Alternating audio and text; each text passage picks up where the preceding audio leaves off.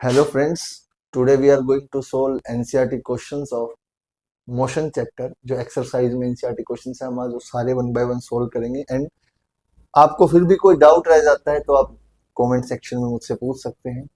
और अगर मेरा पढ़ाया हुआ अच्छा लगता है तो लाइक एंड सब्सक्राइब करना ना भूलें। तो देखिए बेटा, क्वेश्चन की तरफ बढ़ते हैं। अब देखिए बेटा, क्वेश्चन क्या कहता है। अभी मैं इसको भी हटा देता हूँ, कुछ भी नहीं लिखता इसमें, बिल्कुल साफ कर देता है इसे। अब देखते क्वेश्चन की तरफ बढ़ते हैं। अब देखो क्वेश्चन में क्या कहता है कि an athlete completes one round of a circular track of diameter 200 metre.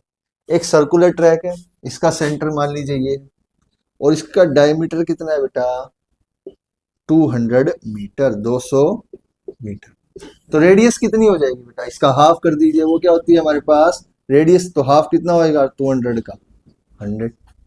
तो इतना क्लियर है अभी सभी को, इतना लिखा है बस, डायमीटर 200 मीटर और रेडियस उसकी 100 मीटर हो जाएगी। फिर कहता है कि देन एथलीट, एथलीट क्या होता है, एथलीट मान लीजिए जो रनिंग वगैरह करते हैं, जो एथलीट्स अच्छे होते हैं, जो स्पोर्ट्स पर्सन होते हैं, जो स्पोर्ट्समैन होते हैं, बहुत अच्छे रनिंग करते हैं, उनको एथलीट कहा जाता है। तो रनिंग वगैरह में ज्यादा ध्यान देते हैं, एक्सरसाइज में। तो एक एथलीट है जो इस सर्कुलर ट्रैक का कहता है an athletes complete one round of a circular track of diameter 200 metre in 40 second. कितने समय में इसका एक राउंड लगा देता है 40 सेकंड के अंदर। तो क्या कहता है क्वेश्चन में कि जो एथलीट है इसका एक पूरा राउंड 40 सेकंड में लगाता है। तो इसको लिख लो पहले। तो क्या लिखेंगे, time taken to complete one round is equals to 40 second. पहली इंफॉर्मेशन हमें ये दी, और दूसरी इंफॉर्मेशन ये थी कि डायमीटर दिया है हमें, ठीक है, और डायमीटर से हम रेडियस वैसे भी निकाल सकते हैं। अब कहता है what will be the distance covered and the displacement at the end of 2 minutes and 20 seconds. क्या तो बेटा डिस्टेंस कवर्ड होगा, तो हमें दो चीजें निकालनी है, एक तो निकालना है डिस्टेंस और एक निकालना है डिस्प्लेसमेंट। कब निकालना है, at the end of 2 minutes and 20 seconds, जब कितना समय हो जाए 2 मिनट और 20 सेकेंड पूरे हो जाए, है ना, 2 मिनट्स एंड 20 सेकेंड्स पूरे हो जाए। तो सबसे पहले तो हम इस टाइम को, सारे टाइम को सेकंड में कन्वर्ट कर देते हैं। 2 मिनट में कितने हमारे पास सेकंड होते हैं बेटा, 1 मिनट में 60, तो 2 मिनट में 120, इसमें 120 सेकेंड्स, 20 ये ऐड हो गए, तो टोटल कितना हो गया बेटा 1, हाँ 120 प्लस 20 140 सेकेंड्स हो गए। अब देखो 140 सेकेंड्स तक अगर ये भागता रहे जो एक ऑब्जेक्ट है, तो पहले तो हम ये पता लगाते हैं कि अगर ये 140 सेकंड तक भागेगा तो ये पहुंचेगा कहाँ। अब देखो हम जानते हैं कि एक राउंड कितने समय पूरा करता है बेटा 40 सेकंड के अंदर। एक राउंड कितने समय पूरा करता है 40 सेकंड के अंदर। अगला राउंड कितने में करेगा नेक्स्ट 40 सेकंड के अंदर, दूसरा राउंड। पहला राउंड तो 40 सेकंड में, दूसरा राउंड फिर अगले 40 सेकंड में, फिर तीसरा राउंड अगले 40 सेकंड, फिर उसके बाद इन 3 राउंड में कितना समय चला जाएगा 120 सेकंड। 40 प्लस 40 प्लस 40 कितना हो गया बेटा 120। तो मतलब 120 सेकंड्स अगर ये हो जाएंगे तो ये 2-3 राउंड पूरे कर लेगा। मतलब यहां से शुरू करा, एक राउंड पूरा हो गया, फिर दूसरा हो गया, फिर तीसरा हो गया, मतलब वापस यहीं आकर ए पोजीशन पर आकर रह जाएगा। अब कहता है कि ये तो चल रहा है 140 सेकंड, यहाँ पे हमने 120 करे हैं, तो कितने और ऐड करने पड़ेंगे 20 सेकंड्स। अब मुझे बताओ अगर 40 सेकंड में एक पूरा राउंड लगा रहा है तो 20 सेकंड में कितना लगाएगा हाफ राउंड। तो इसको हम 0.5 राउंड कह सकते हैं। तो टोटल राउंड कितने निकाले बेटा, कितने राउंड लगाए 3.5 राउंड। अब बात मुझे बताओ, अगर आप 3.5 चक्कर लगाओ तो आप कहाँ पहुंचोगे इस सर्कुलर ट्रैक के। पहले चक्कर में वापस ए पर आ गए, दूसरे चक्कर में फिर वापस यहीं आ गए, फिर तीसरे चक्कर लगाया पूरा, फिर वापस यहीं, फिर आधा और लगाया, तो आप कहाँ जाकर बैठ जाओगे, जहां आप थे बिल्कुल उसके ऑपोजिट। मतलब फाइनल पोजीशन ये हो जाएगी। तो हम ये क्या कहेंगे, ये ए क्या है बेटा इनिशियल पोजीशन, और बी क्या है बेटा फाइनल पोजीशन। अब देखिए कहता है कि अगर आप 140 सेकंड तक भागते रहे तो क्या आपका डिस्टेंस होगा और क्या आपका डिस्प्लेसमेंट होगा। तो हमें दो चीजें निकालनी, डिस्टेंस एंड डिस्प्लेसमेंट। ठीक है, तो पहले हम ये बेसिक समझ लेते हैं बेटा डिस्टेंस और डिस्प्लेसमेंट होता क्या। अभी आप लिखना मत, बस इसको समझ लो। डिस्टेंस के लिए आप एक वर्ड याद रखो, इसको एक्चुअल वर्ड से याद रख लेना। एक्चुअल का मतलब क्या होता है? सचमुच।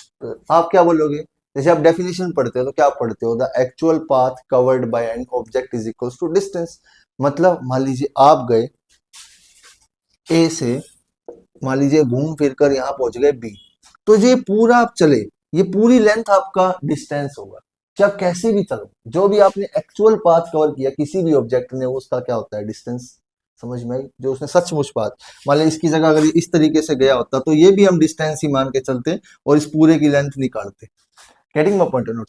तो एक तो तरीका ये है डिस्टेंस को समझने का। अब आप कहता है डिस्प्लेसमेंट क्या है? डिस्प्लेसमेंट को कोई फर्क नहीं पड़ता कि आप कैसे गए कैसे नहीं गए, उससे फर्क पड़ता है बस मान लीजिए आपका ये डिस्टेंस था जाने का।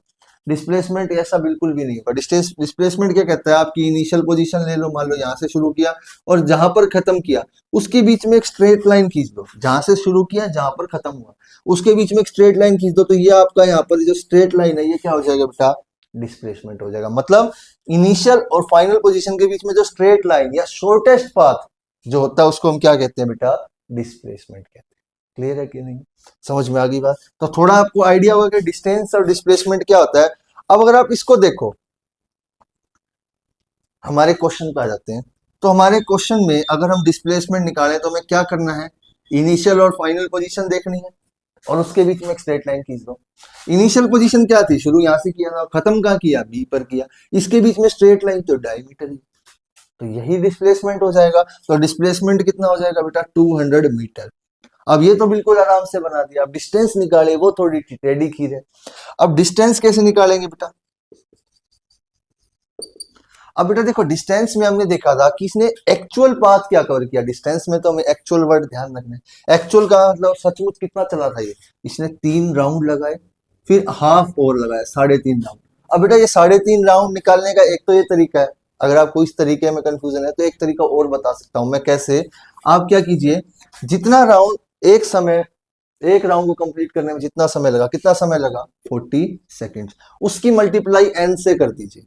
जितना भी समय एक राउंड पूरा होने में लगा उसकी मल्टीप्लाई किससे कर दीजिए? एन से। और इसको इज इक्वल्स टू कर दीजिए जितना समय टोटल वो एक्चुअल में भागा। कितना भागा बेटा? 140 सेकेंड। तो यहां से एन की वैल्यू क्या हो जाएगी? 140/40, और इसको भी आप अगर कैंसिल आउट करोगे तो आएगा 3.5, और इतने ही राउंड्स लगे। तो हमें ये तो पता चल गया था, इधर से ही पता चल गया था, इधर से ही पता चल गया। दोनों अलग अलग तरीके मैंने आपको बता दिए क्या बताने के, कि राउंड कितने लगे? 3.5 राउंड। और 3.5 राउंड ही एक्चुअल वो चला, वही उसकी लेंथ है। तो हमें क्या निकालना है? 3.5 राउंड के अंदर जितनी भी लेंथ होगी उसको कैलकुलेट कर लो, वही हमारा क्या हो जाएगा? डिस्टेंस हो जाएगा। अब कैसे कैलकुलेट करें? हमें तो सिर्फ ये सीधी लाइन पता है 200 मीटर की, हमें तो नहीं पता ये सर्कल की लेंथ कितनी है। और सर्कल की लेंथ निकालने का क्या कोई तरीका है हमारे पास? यस। कौन सा तरीका है? हम उसे कैलकुलेट करते हैं बाय कैलकुलेटिंग सरकमफ्रेंस। सरकमफेरेंस पढ़ा होगा आपने सभी ने। क्या होती है सरकमफेरेंस एक सर्कल की? 2πr। तो 2πr मतलब क्या होता है इस 2πr का? ये 2 और पाई की वैल्यू आप जानते हो 22/7 रेड। ये r क्या होता है? उसकी रेडियस जो 100 मीटर यहाँ पर है। अब इसने क्या कहा कि इसकी सरकमफ्रेंस जो होती है वो एक चक्कर लगाने की लेंथ होती है। मतलब एक सर्कल की लेंथ क्या होती है? उसकी सरकमफ्रेंस। अब हमने तो एक चक्कर नहीं लगाया, कितने चक्कर लगाए? 3.5 चक्कर। तो टोटल डिस्टेंस कितना हो जाएगा? 3.5 इंटू 2πr। अब आप ये कहोगे सर 3.5। अब मुझे एक बात बताओ बेटा, मान लीजिए मैं इसको यहां पर थोड़ा सा रफ में करके दिखाता हूं आपको साइड पे। मान लो आपने, आपके पास एक, आप सीधा चले, आपके पास एक सर्कुलर ट्रैक है पूरा, उसकी लेंथ मान लीजिए इसकी 100 ही मीटर थी। आपने 5 चक्कर लगाए तो आपने कितना चला? 500 मीटर। कैसे निकाला आपने? 100 को 5 से मल्टीप्लाई करो तो भी 500 आ रहा है, और 100 को 5 बार जोड़ दो तो भी 500 आ रहा है। Getting my point? तो ऐसे आप कर सकते थे कि आपने 100 को 5 से मल्टीप्लाई कर दिया तो 5 राउंड्स निकल आए। अब 5 की जगह आपने 3.5 राउंड्स लगाए तो 3.5 से मल्टीप्लाई कर दो। Getting my point note? वैसे ही हमें पता है कि एक सर्कल की लेंथ कितनी होती है? 2πr, और राउंड कितने लगे हैं? 3.5। तो डिस्टेंस कैलकुलेट कर लीजिए कितना होगा? 3.5 इंटू 2 इंटू पाई की वैल्यू क्या होती है बेटा? 22/7, और रेडियस कितना है बेटा? 100 मीटर। तो डिस्टेंस कितना आएगा? 3.5 से गया 2, 2 से गया 2, 22 इंटू 100, डिस्टेंस कितना आ गया बेटा? 22 को 100 से मल्टीप्लाई करेंगे तो कितना आ जाएगा, 2200 मीटर। बोलिए कोई डाउट बचा है तो इसमें? तो मैंने आपको इसमें थोड़ा सा बेसिक भी बताया बेटा डिस्टेंस और डिस्प्लेसमेंट का, और कोशिश की कि आपको इजी से इजी तरीके समझ में आए। फिर भी मैं ओवरव्यू कर देता हूँ। क्वेश्चन में क्या बोला था? क्वेश्चन में बोला था कि एक राउंड जो है सर्कुलर ट्रैक का 40 सेकंड में लगाता है। What will be the distance and displacement at the end of 2 minutes and 20 second. और 2 मिनट और 20 सेकंड कितने के इक्वल होते हैं बेटा? 140 सेकंड के। अगर ये 140 सेकंड्स तक भागे, अगर ये 140 सेकंड्स तक भागे तो इसके कितने राउंड लगेंगे? हम यहाँ से बता सकते हैं, पहले 40 सेकंड में एक, दूसरे 40 सेकंड में दो, तीसरे 40 सेकंड में तीन, चौथे 40 सेकंड में हाफ, चौथे 20 सेकंड में हाफ। या एक तरीका ये हमारे पास 40 into n is equal to 140। तो यहां से हमने राउंड निकाले। डिस्प्लेसमेंट निकाला तो बड़ा आसान था, सीधा इनिशियल और फाइनल पोजीशन के बीच में स्ट्रेट लाइन 200 मीटर की है। बट डिस्टेंस की बात करें तो उसमें हमें क्या निकालनी है? Actual length. एक्चुअल कितना चला? 3.5 राउंड लगाए किसके? सर्कुलर ट्रैक के। और एक राउंड में कितना चलता है बेटा? 2 पाई आर। तो 3.5 में कितना चलेगा? 3.5 इंटू 2 पाई आर, या 3.5 इंटू 2 पाई आर। तो निकल आएगा 3.5 इंटू 2 पाई आर करेंगे तो कितना आ जाएगा? 2200 मीटर। अब ये आर की वैल्यू यहां से हम ले सकते हैं बेटा 100। क्लियर है कि नहीं है? बोलिए कर लोगे बेटा इसको? तो चलिए नेक्स्ट क्वेश्चन की तरफ बढ़ेंगे, जल्दी लिख लीजिए इसे। तो आइए बढ़ते हैं सेकंड क्वेश्चन की तरफ। तो वही बात कहना चाहूंगा कि जब भी हम कोई क्वेश्चन सोल्व करते हैं तो पहले क्वेश्चन की स्टेटमेंट को समझ लीजिए अच्छे से, तो क्वेश्चन बड़ा आसान हो जाता है। ठीक है, तो देखिए क्या कहता है क्वेश्चन में। जोसेफ जोक्स, जोक्स का मतलब जोगिंग करना, थोड़ा सा तेज चलना। Joseph jogs from one end A to the other end B of a straight 300 metre road. Joseph जो है एक जोसेफ जो है एक एंड ए मान लेते हैं हम यहाँ पर, एक एंड ए से एक एंड बी तक जॉगिंग करता है, जो कि कितने मीटर का है बेटा? 300 मीटर का। क्लियर है कि नहीं? ए से बी पर जाता है, कितने समय में जाता है बेटा? टाइम दे रखा है 2 minutes and 30 seconds. 2 minutes and 30 second. 2 minute कितने होते हैं बेटा? 120, और 120 प्लस 30 ये कितना हो गया? 150 सेकेंड्स में कहा जाता है बेटा? ए से बी तक। क्लियर है कि नहीं? फिर उसके बाद क्या कहता है? And then turns around and jogs 100 metre back to the point C. मतलब वापस मुड़ जाता है और 100 मीटर वापस आ जाता है। ये 100 मीटर वापस आ गया मान लीजिए, तो थोड़ा ज्यादा लग रहा है, मैं थोड़ा सा कम कर देता हूँ।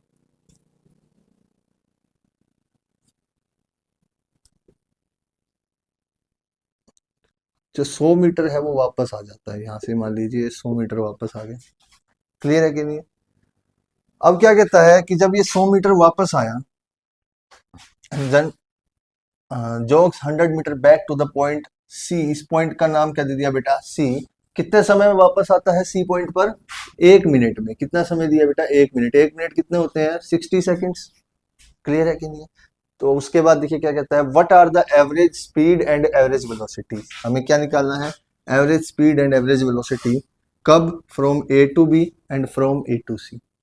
अभी क्वेश्चन को समझो, क्या कहा गया है कि जो जोसेफ है वो एक पॉइंट ए से एक पॉइंट बी पर जाता है, जो सीधा 300 मीटर का रास्ता है, और वापस आता है 100 मीटर कौन से पॉइंट पर बेटा? सी पॉइंट पर। अब इसका पहला पार्ट करते हैं। पहला पार्ट है जो A part, from A to B. बहुत आसान क्वेश्चन है बेटा, अगर आपको बेसिक्स अच्छे से आते हैं तो। तो देखिए क्या कहता है कि हमें दो चीजें निकालनी है फ्रॉम ए टू बी। क्या निकालना है? Average speed and average velocity. तो दो चीजें निकालनी है। क्या निकालनी है बेटा? Average speed and average velocity. Clear है कि नहीं? तो अब एवरेज स्पीड का फॉर्मूला क्या होता है बेटा? इसका फॉर्मूला हमेशा याद रखना है, total distance travelled upon total time taken. Similarly average velocity का फॉर्मूला क्या होता है बेटा? टोटल डिस्टेंस की जगह क्या हो जाता है यहाँ पर? Displacement. Total displacement upon total time taken. अगर आपको ये दो फॉर्मूले ध्यान है तो ये क्वेश्चन बड़ा आसान हो जाएगा आपके लिए। तो देखिए क्या है कि जो जोसेफ है वो ए से बी जाने में, अभी सी की बात ही नहीं हो रही, क्या की बात हो रही, सिर्फ ए से बी जब जाता है तो उसकी क्या एवरेज स्पीड है और क्या एवरेज वेलोसिटी है। और एवरेज स्पीड और एवरेज वेलोसिटी निकालने के लिए हमें ए से बी के लिए क्या चाहिए, डिस्टेंस ट्रेवल्ड और टाइम टेकन। तो यही निकालेंगे। अब मैं इसको थोड़ा सा 300 मीटर को यहाँ ऊपर ले देता हूँ, 300 मीटर, ठीक है। और टाइम कितना लिया था यहाँ पर जाने में, 150 सेकेंड्स। अब देखो बेटा, जब जोसेफ जाता है ए से बी गया, कितने समय में गया बेटा, 150 सेकंड्स में। कितने मीटर गया, 300 मीटर, क्योंकि इन्होंने बोला था 2 मिनट्स एंड 30 सेकंड, हमने उसको सेकंड्स में कन्वर्ट कर लिया, तो कितना हो गया, 150 सेकंड्स, ठीक है। अब हमें दो चीजें चाहिए एवरेज स्पीड निकालने के लिए, तो टोटल डिस्टेंस ट्रेवल।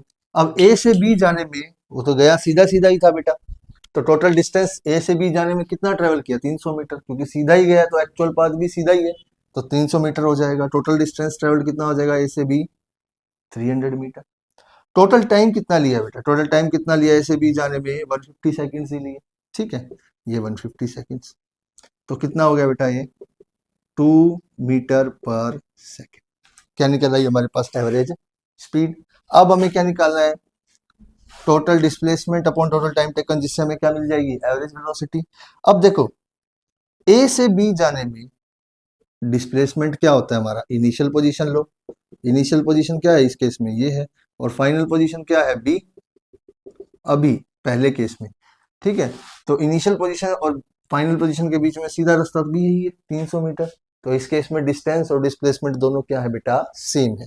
तो यहाँ पर डिस्प्लेसमेंट क्या हो जाएगा अब, 300 मीटर। और समय कितना लिया, इसमें भी सेम समय है, 150 सेकेंड। तो कितना आ गया बेटा, 2 मीटर पर सेकेंड। बोलो समझ में आया कि नहीं समझ में।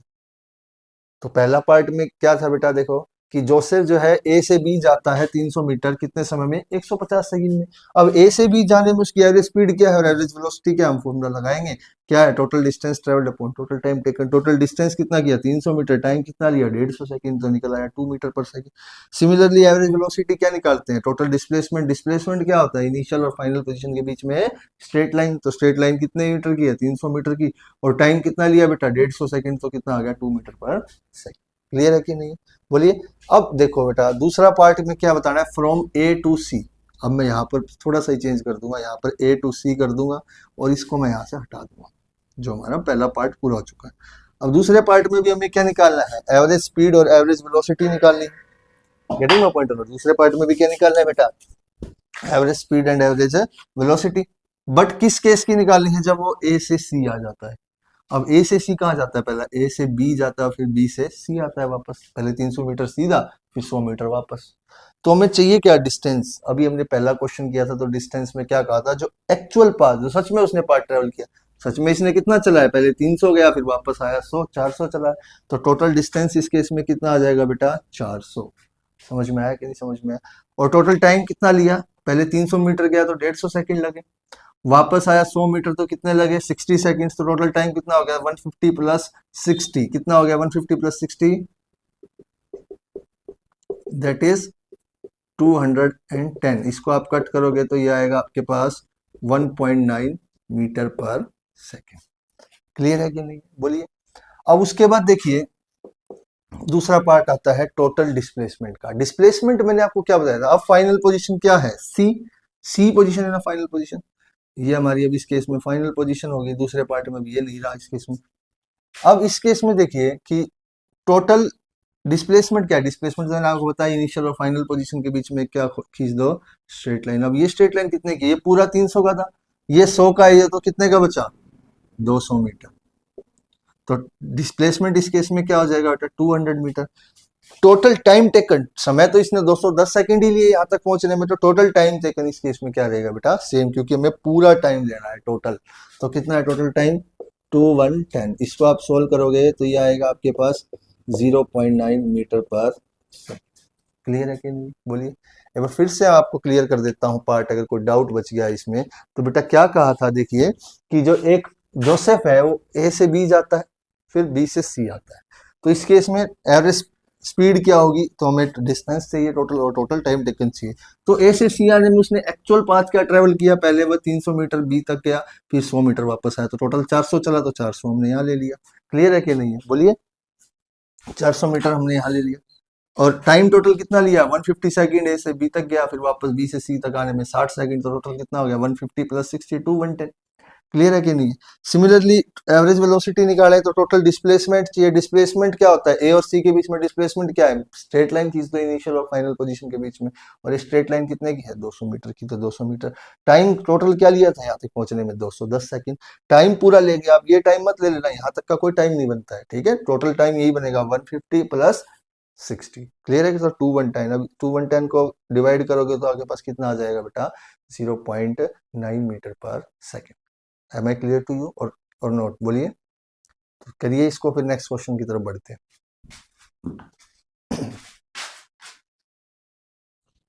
तो आगे बढ़िए, नेक्स्ट क्वेश्चन की तरफ आगे बढ़ते हैं। चलिए देखो क्या कहता है बेटा, Abdul while driving to school, Abdul जब स्कूल जाता है, computes the average speed for his trip to be 20 kilometre per our.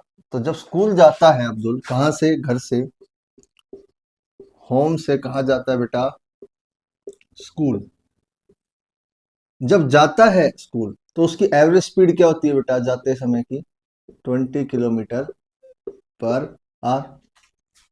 अब कहता है on his return trip along the same route there is less traffic and the average speed is 30 kilometre per hour. जब वह वापस आता है तो traffic कम होता है, तो उसकी स्पीड थोड़ी सी बढ़ जाती है, और 20 से कितनी हो जाती है बेटा 30 किलोमीटर पर आवर। क्लियर है कि नहीं? अब कहता है what is the average speed for Abdul trip. एक छोटा सा वर्ड का है ट्रिप। ट्रिप का मतलब क्या होता है, ट्रिप होता है जाना और आना दोनों को मिला के हम ट्रिप बोलते हैं। अब जाने की स्पीड कितनी दी है 20 किलोमीटर पर आवर, आने की स्पीड कितनी दी है average speed 30 kilometre per our. अब हमें पूछा कि अगर टोटल निकाले एवरेज, जाने और आने दोनों की अगर टोटल एवरेज निकाले तो कितनी एवरेज पड़ी। तो कैसे निकालेंगे, तो हमें एवरेज स्पीड निकालने के लिए सबसे पहले तो एक फॉर्मूला पता होना चाहिए। एवरेज स्पीड निकालने के लिए फॉर्मूला क्या होता है बेटा, total distance travelled upon total time taken. Clear है कि नहीं है? क्या होता है total distance travelled upon total time taken. तो हमें दो चीजें चाहिए, जाने का डिस्टेंस और आने का डिस्टेंस, टोटल डिस्टेंस जितना होगा वो, और टोटल टाइम टेकन। अब हम जानते, हमें नहीं पता डिस्टेंस कितना, क्वेश्चन में नहीं दिया, हम मान लेते हैं कि होम से लेके स्कूल तक की जो पूरा डिस्टेंस है इसको हम मान लेते हैं एक्स। क्लियर है कि नहीं? तो गया भी एक्स और वापस भी कितना आया एक्स, तो टोटल डिस्टेंस कितना ट्रेवल किया। दो चीजें चाहिए, तो टोटल डिस्टेंस चाहिए और दूसरा क्या चाहिए टोटल टाइम। तो टोटल डिस्टेंस हमें नहीं पता, तो हम इसको मान लेते हैं टोटल डिस्टेंस, जाने का भी एक्स था और आने का भी एक्स था, तो x plus x, total trip का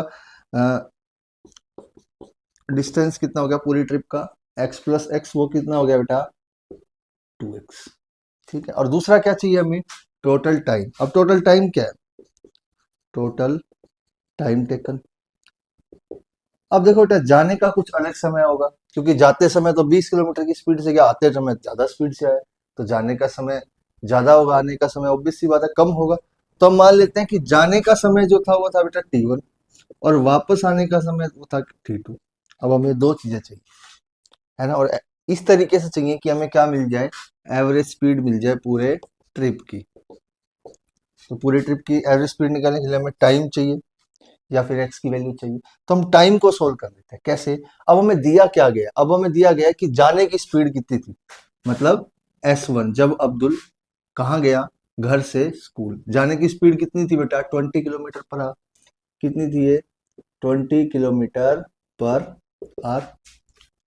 अब जाते समय, सिर्फ जाने जाने की सिचुएशन को अगर हम समझे, जाते समय कितना डिस्टेंस ट्रेवल किया, गया तो होम से स्कूल था, सिर्फ एक्स किया, कितना डिस्टेंस ट्रेवल किया एक्स, और टाइम कितना लगा जाते समय, टोटल टाइम कितना लगा जाते समय हमें नहीं पता, हमने उसे माना था यहाँ पर t1 जाने का समय, time to go to school, जितना टाइम स्कूल में जाने में लगा सॉरी उतना समय, time taken to reach the school. अब वापस आता है, जब वापस आते समय स्पीड ज्यादा थी, कितनी थी बेटा 30 किलोमीटर पर आवर। ये किसके इक्वल होगा, आते समय भी डिस्टेंस तो सेम था, कितना था x, बट टाइम बदल गया आते समय, टाइम कितना हो गया बेटा t2।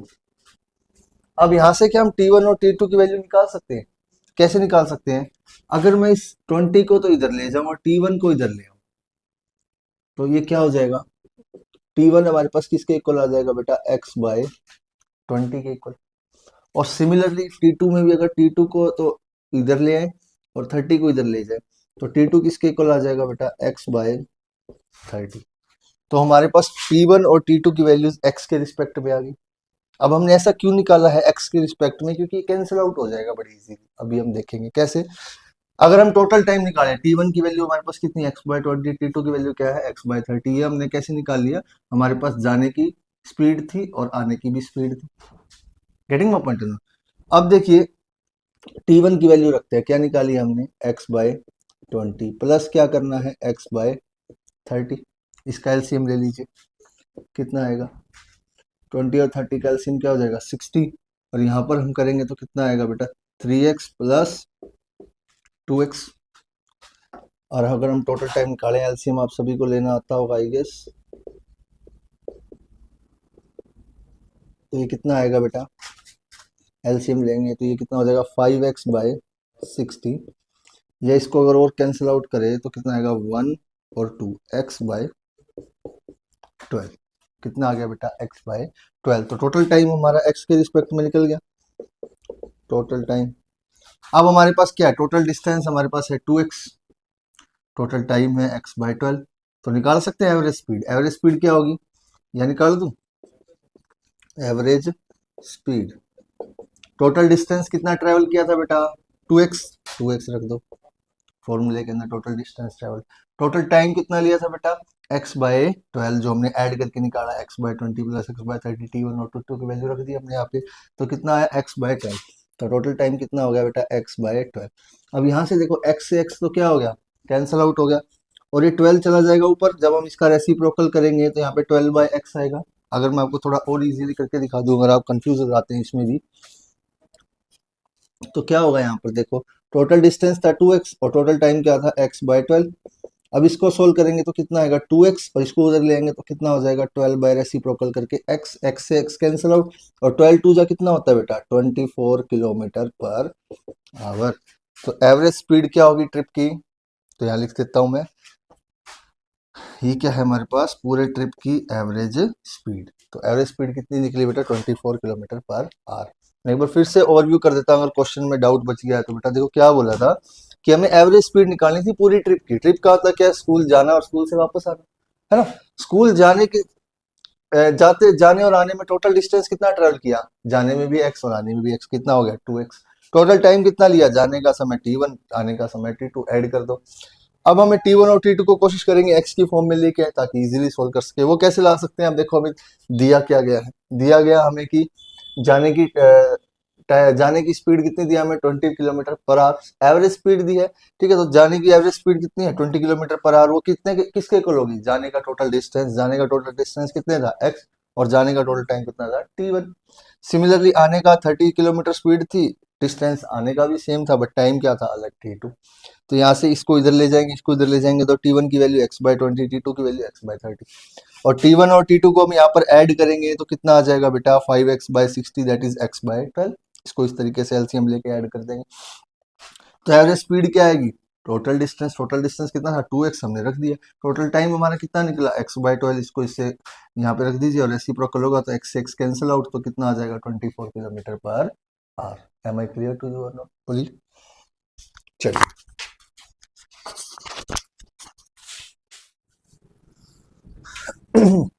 तो चलिए नेक्स्ट क्वेश्चन की तरफ बढ़ते हैं। देखिए नेक्स्ट क्वेश्चन में क्या कहता है, a motor boat starting from rest. पहली लाइन में हमें क्लू दे दिया है, मतलब एक मोटर बोट जो रेस्ट से स्टार्ट करती है। रेस्ट का मतलब पहले रेस्ट पे थी, बाद में स्टार्ट की है। तो इनिशियल वेलोसिटी क्या होगी हमारे पास बोट की, इनिशियल वेलोसिटी किससे रिप्रेजेंट करते हैं बेटा हम इसको, u से। कितनी हो गई, 0 मीटर पर सेकेंड, या 0 हो गई सिंपल। ठीक है, अब कहता है on a lake accelerates in a straight line at a constant rate of 3 metre per second square. अब ये 3 मीटर पर सेकेंड स्क्वायर क्या है, ऐसे तो बोला है एक्सेलरेट कर रही है तो एक्सेलरेशन होगी, बट कई बार ऐसा होता है कि एक्सेलरेशन नहीं दी होती, वेलोसिटी दे दी जाती है। तो वेलोसिटी है, एक्सेलरेशन है, कैसे आप अंतर पहचानोगे, तो यूनिट देख लीजिए सिंपल। जो यूनिट होगी metre per second square, unit किसकी है, एक्सेलरेशन की। मीटर पर सेकेंड आता तो वेलोसिटी की यूनिट हो जाती। ठीक है, तो अब एक्सेलरेशन कितनी दी है हमें, 3 मीटर पर सेकंड स्क्वायर। कितने समय के लिए बेटा, टाइम भी दिया है, कितने 8 सेकंड्स के लिए, तो टी भी दिया है हमें 8 सेकंड्स। अब ऐसे क्वेश्चंस में अब हमें निकालने के लिए क्या कहा है, how far does the boat travel during this time. अगर ये बोट जिसकी इनिशियल वेलोसिटी 0 है, जो 8 सेकंड तक चलती रहती है, किस एक्सेलरेशन से, 3 मीटर पर सेकंड स्क्वायर की एक्सेलरेशन से, तो ये कितना डिस्टेंस ट्रेवल कर लेगी स्ट्रेट लाइन। ये डिस्टेंस पूछा है, ये एस पूछा है हमसे। तो हमें ऐसा टाइप के क्वेश्चंस के लिए बेटा पहले तीनों इक्वेशंस को लिख लेना है जो मोशन की इक्वेशंस पढ़ते हैं। Equations of uniformly accelerated motion, v is equals to u plus a t, v square minus u square is equals to 2as, s is equals to u t plus half a t square. पहले हमें तीनों equations को लिख लेना है। अब देख लेते हैं हमें जो निकालना है उसके हिसाब से जो सबसे सुटेबल इक्वेशन होगी उसी को यूज कर लेंगे, कोई भी यूज कर सकते हैं इसमें से। अब देखो क्या कहता है, एस निकालना है हमें, क्या निकालना है, एस निकालना है ना, कितना चली बोट, डिस्टेंस या डिस्प्लेसमेंट कह सकते हो, ये निकालना है हमें। अब जितना बोट चली उस समय पर, इस केस में डिस्टेंस और डिस्प्लेसमेंट भी सेम रहेगा क्योंकि स्ट्रेट लाइन के क्रॉस चली है। तो क्या क्या दिया है, u दिया है, a दिया है, t दिया है, और चाहिए क्या, s। क्या पहली इक्वेशन यूज कर सकते हैं, निकालना क्या हमें, s इसमें तो है ही नहीं है, तो यूज ही नहीं कर सकते अभी फिलहाल, अभी के लिए। ये दिया है बट इसके अंदर हमारे पास v नहीं है, u है, 2 है, a है, बट v नहीं है, ये भी नहीं यूज कर सकते।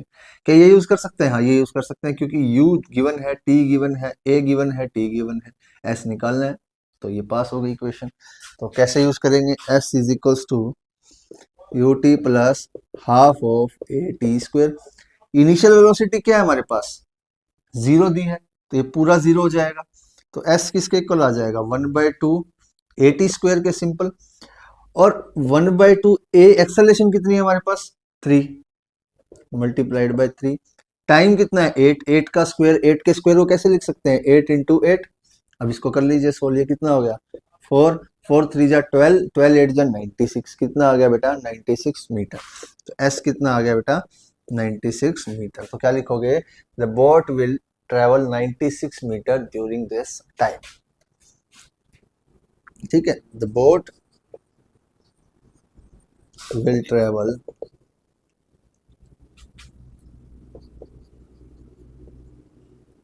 96 meter during this time। बोलिए क्वेश्चन क्लियर है सभी को, नहीं बड़ा आसान सा क्वेश्चन है, नोट डाउन कर लीजिए। आइए बेटा नेक्स्ट क्वेश्चन की तरफ बढ़ते हैं, 5th क्वेश्चन की तरफ। अब बेटा देखिए ये जो क्वेश्चन है ये दिया गया हमें स्पीड वर्सेस टाइम ग्राफ का क्वेश्चन, ठीक है। अब इसमें आपको एक छोटी सी बात पता होनी चाहिए, जैसे कि आपने वेलोसिटी टाइम ग्राफ पढ़ा है, स्पीड टाइम ग्राफ पढ़ा है, कोई भी अगर स्पीड टाइम ग्राफ दिया होता है आपको, मान लीजिए इस तरीके की कोई सिचुएशन दी है, तो जो ये एरिया होता है, इस तरीके की पिक्चर दी, ये एरिया हो गया, ठीक है। या फिर कोई और अलग तरीके की पिक्चर दी हो, मान लीजिए आपको इस तरीके से ग्राफ दिया हो, स्पीड टाइम दिया हो, या कोई इस तरीके का ग्राफ दिया हो, मान लीजिए ये आपको ग्राफ दिया है स्पीड टाइम का। तो जो ये एरिया है, यहाँ एक तरफ क्या हो स्पीड और दूसरी तरफ क्या हो टाइम, तो जो ये एरिया होता है आपको, ये एरिया, अगर आप ये एरिया कैलकुलेट करो तो ये डिस्टेंस के इक्वल आता है। ये मैं आपको, अगर आपको इसमें डाउट है कैसे आता है, तो ये आपको थ्योरी में बता दिया जाएगा, थ्योरी पार्ट में मैं आपको समझा दूंगा, थ्योरी की वीडियोज आप लगा लीजिएगा। बट जब तक आपको ये नहीं पता है तब तक बस इतना ध्यान रखिए कि स्पीड टाइम ग्राफ में अगर आप एरिया कैलकुलेट करोगे तो आपको क्या मिलेगी, क्या मिलेगा, डिस्टेंस मिलेगा। मतलब speed area of speed time graph gives us distance. अगर यहाँ पर स्पीड की जगह वेलोसिटी हो जाता तो यहाँ पे डिस्टेंस डिस्प्लेसमेंट से चेंज हो जाता। क्लियर है कि नहीं।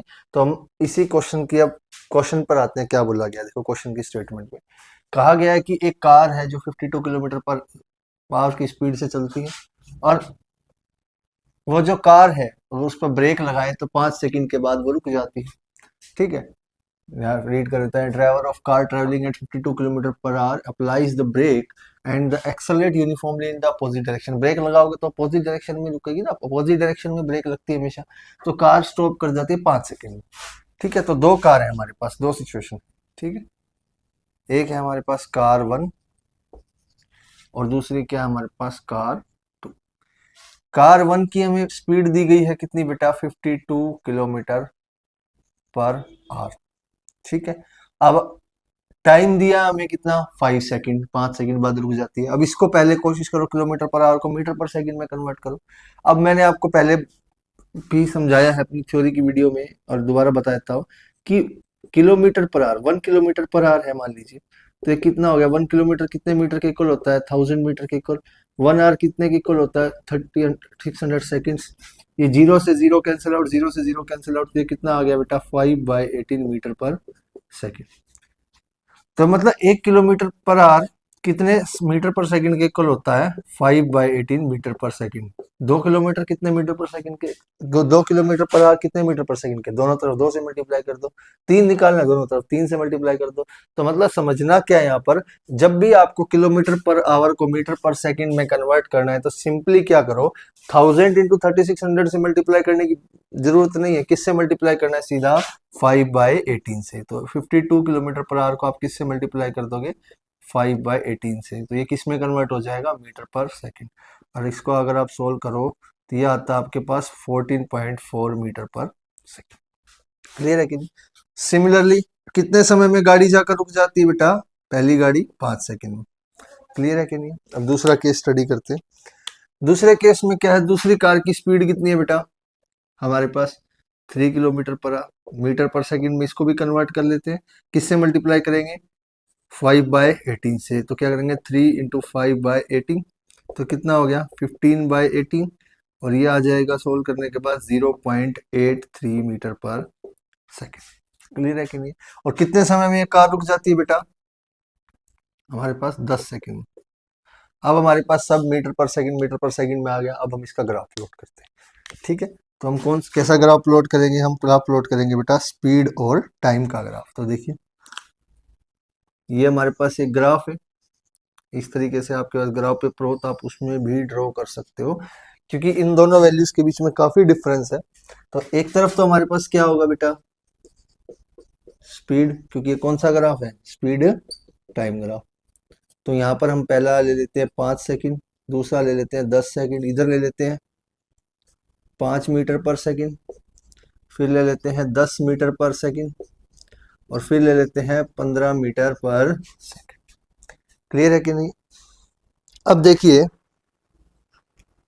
अब हमारे पास क्या है, यहाँ पर समझने की कोशिश कीजिए, बड़ा वैसे तो इजी हो जाएगा, इसको सीधी तरह समझोगे कि जब पहली कार की बात करें, पहली कार की वेलोसिटी कितनी थी या स्पीड कितनी थी, सॉरी, 14.4 मीटर पर सेकंड। तो मतलब 10 और 15 के बीच में कहीं 14.4 होगा, मान लीजिए यहाँ है। और उस समय पर टाइम कितना था बेटा, 5 सेकेंड्स। तो मतलब 5 सेकेंड्स, अब ये 5 सेकेंड यहाँ पर इन दोनों को मिला दीजिए तो ये एक ट्राइंगल बन जाएगा। सिमिलरली दूसरी कार की वेलोसिटी कितनी थी बेटा, 0.83। 0.83 तो बिल्कुल नीचे लाई करेगा, यहाँ पे काफी नीचे। तो मैंने आईडीए से यहाँ पर मान लिया, यहाँ पर क्या है 0.83, इसको मैं दूसरे पेन से लिख दूंगा। और टाइम कितना था इस केस में बेटा, 10 सेकेंड्स। तो यहाँ पर 10 सेकेंड्स, अब इन दोनों को मिला दीजिए ये इस तरीके से। क्लियर है कि नहीं, बोलिए। अब इन दोनों ही अलग स्पीड के और दोनों के ही अगर एरिया देखिए, पहली जो कार है उसके स्पीड टाइम जो ग्राफ है उसका एरिया ये होगा हमारे पास पहले ग्राफ का, ये ट्राइंगल।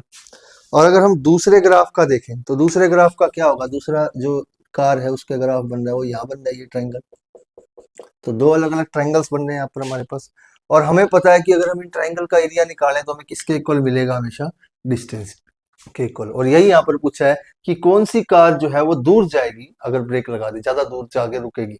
मतलब which of the two cars travel farther after the brakes were applied, means जब हमने गाड़ी की ब्रेक लगा दी तो कौन सी ऐसी कार होगी जो ज्यादा देर में जाकर रुकेगी या ज्यादा दूर जाकर रुकेगी।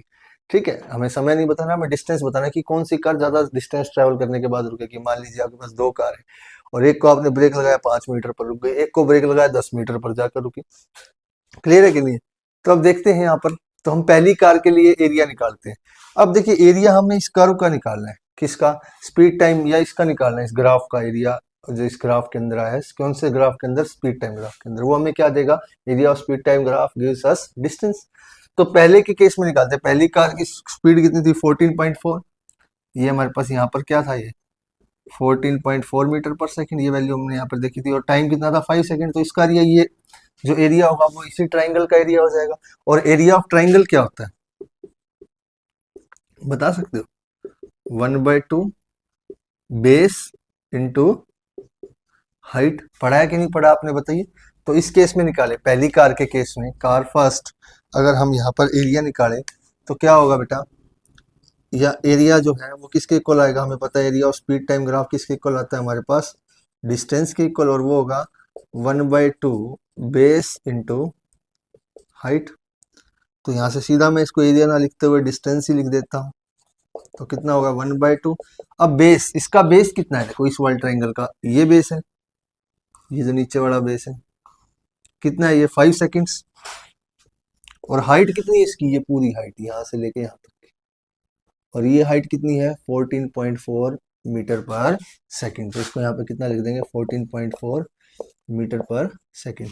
अब इसको कट कर दीजिए, यहाँ पे कितना आएगा? 7.2। तो इसको अगर डिस्टेंस को निकाले तो आपके पास कितना आएगा डिस्टेंस जाकर? 36.1 मीटर। बस मीटर आएगा क्योंकि डिस्टेंस है तो मीटर में ही आएगा। अब देखिए नेक्स्ट पार्ट को समझिए। अब नेक्स्ट पार्ट में दूसरी कार के लिए भी हम सिमिलरली एरिया निकालेंगे। दूसरी कार के लिए भी हमने ड्रॉ किया था, ये वाला ड्रॉ किया था। अगर आप चाहो तो इनको दोनों को अलग अलग के लिए भी ड्रॉ कर सकते हो, ये हमने ड्रॉ किया था। अब इसका एरिया भी सिमिलरली ऐसे निकालेंगे और वो एरिया किसके इक्वल आ जाएगा? डिस्टेंस के इक्वल। तो डिस्टेंस क्या होगा? 1/2 into base into height. But अब इसमें ट्राइंगल दूसरा है। अब उस ट्राइंगल का बेस कितना है? इस वाले का बेस ज्यादा था, कितना है? 10 सेकेंड। और इसकी हाइट कितनी है? हाइट छोटी सी है, यहाँ तक कितना था? सिर्फ ये 0.83 मीटर पर सेकेंड, क्योंकि हमने देखो ये लिख रखा 0.83 मीटर पर सेकेंड। तो ये कितना हो जाएगा? 0.83 मीटर पर सेकेंड। इसको यहाँ से कट करेंगे, कितना आएगा? 5। तो डिस्टेंस अगर यहाँ पर निकाले तो कितना आ जाएगा बेटा? जब हम 0.83 की मल्टीप्लाई 5 से करेंगे तो ये आएगा कुछ 4.1 के आसपास, 4.1 मीटर। अब मुझे ये बताओ बेटा, दोनों कार थी, एक कार की स्पीड से चल रही है 14.4 की स्पीड मीटर पर सेकंड की स्पीड से, टाइम 5 सेकंड लेती है रुकने में, और कितने डिस्टेंस के बाद जाकर रुकती है? 36 मीटर चलने के बाद। एक दूसरी कार है जो 3 किलोमीटर पर आवर या फिर 0.83 मीटर पर सेकंड की स्पीड से चलती है, और कितने समय तक चलती है? 10 सेकंड तक। और कितने समय बाद जाकर, कितने डिस्टेंस के बाद जाकर रुक जाती है? 4.1 मीटर। अब मुझे बताओ कौन सी कार जो है वो दूर जाकर रुकी? ऑब्वियसली कौन सी कार बेटा? First car. क्लियर है कि नहीं है? तो इसमें आप लास्ट में कंक्लूजन यहीं से उठा के लिख सकते हो, which of the two cars will travelled further after the brakes applied. तो हम क्या लिखेंगे? यहाँ लिख देता हूं मैं, the first car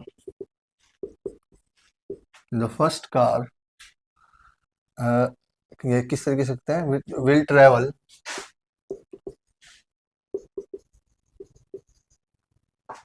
the first car travelled, इसी तरीके से travelled further after the brakes were applied, after the brakes were applied. बोले समझ में आया कि नहीं समझ में आया? जब हमने ब्रेक को लगाया तो फर्स्ट कार जो कितने मीटर पर जाकर रुके?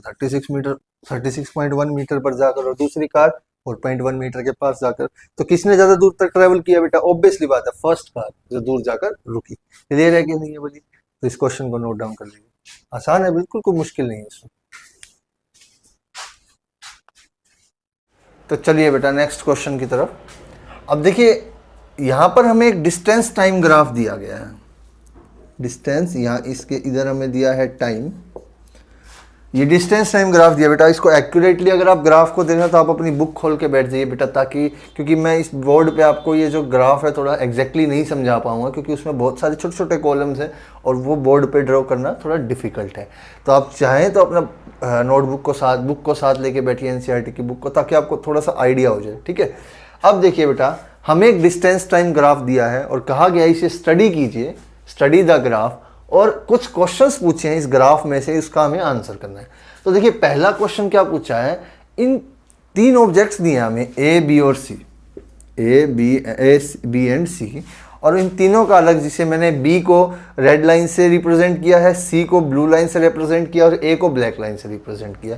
अब बोला गया है बेटा कि बताइए, पहले पार्ट में हम पहला पार्ट सोल्व करें, बोले क्या ये इन तीनों में से कौन सा ऑब्जेक्ट फास्टेस्ट है, सबसे तेज मूव कर रहा है, सबसे फास्टेस्ट है। ठीक है, पहले केस में हमें ये बताना है सिर्फ इस ग्राफ को देखते हुए। तो बेटा ये हमें ग्राफ दिया है डिस्टेंस टाइम ग्राफ। कौन सा ग्राफ दिया है बेटा, डिस्टेंस टाइम ग्राफ। अब ये हमेशा याद रखो बेटा, जब भी हम डिस्टेंस टाइम ग्राफ दिया और उसका स्लोप कैलकुलेट करें, अब स्लोप क्या होता है, स्लोप होता है जितना y में चेंज आया, change in y axis upon change in x axis. ये जब आप स्लोप कैलकुलेट करोगे, जो ये स्लोप मान लीजिए आपने b का कैलकुलेट करा, स्लोप आपने किसका कैलकुलेट करा, b का, ये आपको हमेशा मिलेगा बेटा उसकी स्पीड के इक्वल। किसके इक्वल मिलेगा, मान लीजिए आपने b का कैलकुलेट करा तो b की स्पीड के इक्वल मिल जाएगा, a का कैलकुलेट करा तो a की स्पीड के इक्वल मिल जाएगा। अब मैं आपको एक का कैलकुलेट करके दिखाता हूँ। मान लीजिए b का कैलकुलेट करते हैं, तो यहाँ से आपको क्या करना है, एक स्ट्रेट लाइन इस तरीके से लगानी है और b देखना है कहाँ है। आपको बिल्कुल एक्यूरेट मेजर करने की ज़रूरत नहीं है, आप रफ नोटबुक में इतना पार्ट कर सकते हैं। आप देखोगे कि ये 11.7 11.8 के आसपास आएगा, मान लीजिए 11.7 आता है, और जब आप b को नीचे से मेज़र करोगे तो ये आपके पास 1.2 के आसपास, पता नहीं एग्जैक्टली 1.34 भी हो सकता है, बट मैं आपको आइडिया से समझा रहा हूँ। तो आप इसको कैंसिल आउट करोगे तो 9 पॉइंट समथिंग क्या आएगा आपके पास। ऐसे ही आप स्लोप किसका कैलकुलेट कर ले, ए का कैलकुलेट कर सकते हैं, स्लोप किसका कैलकुलेट कर सकते हैं, सी का कैलकुलेट कर सकते हैं कि उसके वाई में कितना चेंज आया और एक्स में कितना चेंज आया। और जिसका चेंज अगर आप डिवाइड कर दोगे, जिसका स्लोप सबसे ज़्यादा हुआ उसकी स्पीड सबसे ज़्यादा होगी। अब आप ये देखो, अगर आप ए का केस देखो, ए का स्लोप कैसे निकालोगे आप, y में थोड़ा सा चेंज बट x में बहुत ज़्यादा चेंज, y में थोड़ा सा चेंज और x बढ़ा, मतलब ऊपर वाली वैल्यू तो घट गई, नीचे वाली वैल्यू बढ़ गई, मतलब डिवाइड वाली वैल्यू बढ़ जाएगी तो और वैल्यू कम होती जाएगी ना, तो मतलब a का स्लोप और कम आएगा, है ना। और सिमिलरली अगर आप c का स्लोप देखो तो वो भी बहुत कम आएगा, क्योंकि जो ऊपर वाली वैल्यू है वो कम हो रही है, इस केस में चेंज y में कम होता जा रहा है। तो हम यहाँ से देखते ही आइडिया लगा सकते हैं कि जो स्लोप है वो b का सबसे ज़्यादा होगा। तो कैसे, क्या कहेंगे हम इस केस में बेटा, हम इस केस में कह सकते हैं देखने के बाद कि जो स्लोप है वो b का क्या है, सबसे ग्रेटेस्ट है, और जिसका हमारे पास स्लोप सबसे ज़्यादा हो वही जो होता है वही सबसे फास्टेस्ट होगा, क्योंकि स्लोप क्या बताता है हमें, speed of the object. Clear है कि नहीं है, किसका स्लोप, डिस्टेंस टाइम ग्राफ का स्लोप। तो इस केस में हम क्या कहेंगे बेटा कि जो स्लोप है, slope of b is greater than a and c, तो हम क्या कहेंगे इसमें अंदर, सो a is travelling the fast, sorry, so b, तो अगर स्लोप b का सबसे ग्रेटर है तो b की स्पीड सबसे ज्यादा है, सो b is travelling the fastest.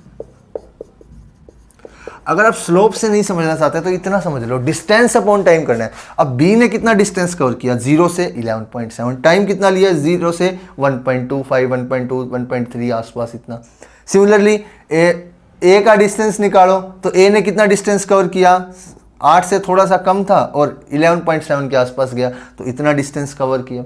Similarly c ने कितना डिस्टेंस कवर किया, तो ये कंसेप्ट वही है डिस्टेंस अपॉन टाइम का, बट अगर ग्राफ के केस में समझो तो हम इसको स्लोप से चेंज भी कर सकते हैं।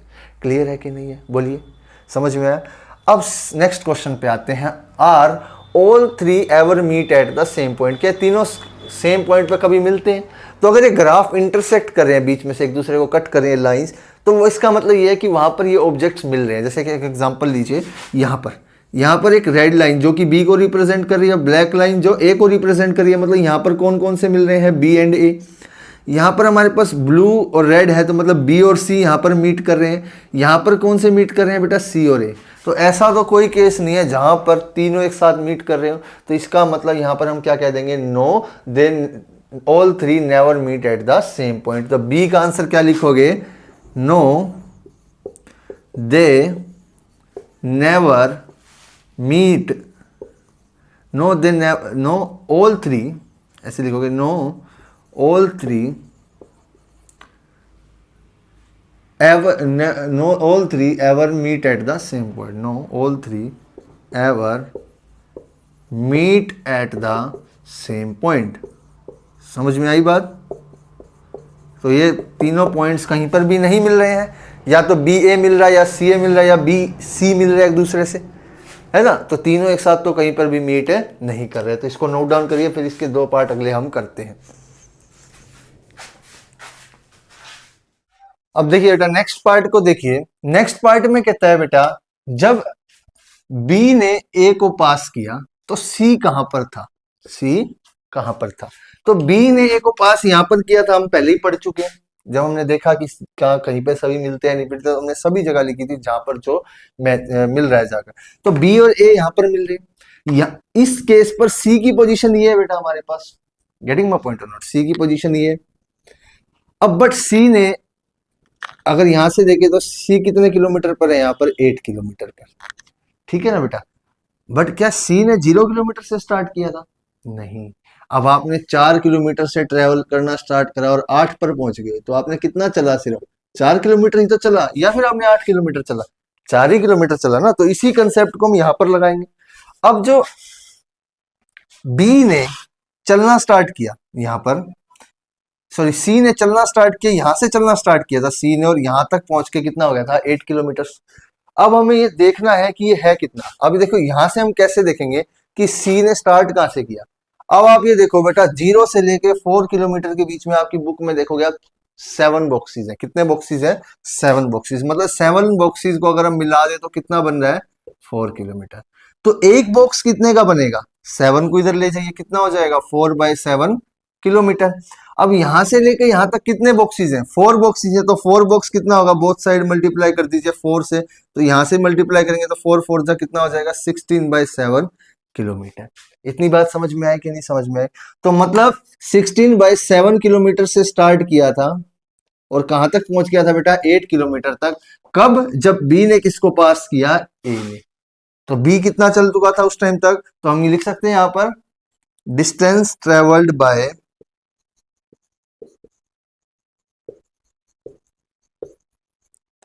distance traveled by C when it passes